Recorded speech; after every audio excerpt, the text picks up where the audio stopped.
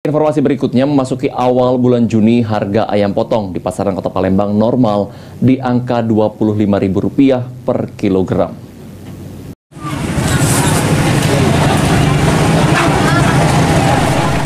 Awal Juni 2023, harga sejumlah komoditi di pasaran Kota Palembang terpantau normal.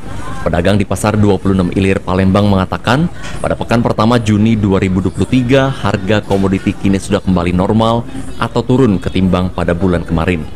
Sempat naik hingga Rp35.000 lebih, kini harga ayam di kisaran Rp25.000 per kilogram. Penurunan harga ayam ini membuat pedagang senang karena omset pendapatannya menjadi stabil dan pembeli ayam juga meningkat.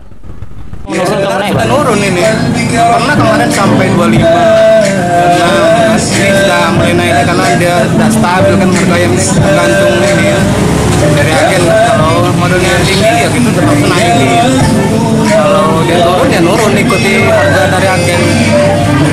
Tapi ini normal lah, 39, 30 sudah dibanding. Kendati kondisi suhu panas pada peralihan musim ini sedikit mempengaruhi ketahanan produk komoditi, namun dengan kondisi harga yang sudah kembali normal tak membuat pedagang kesulitan lantaran kini penjualan mengalami peningkatan hingga 50%. Irawan PAL TV.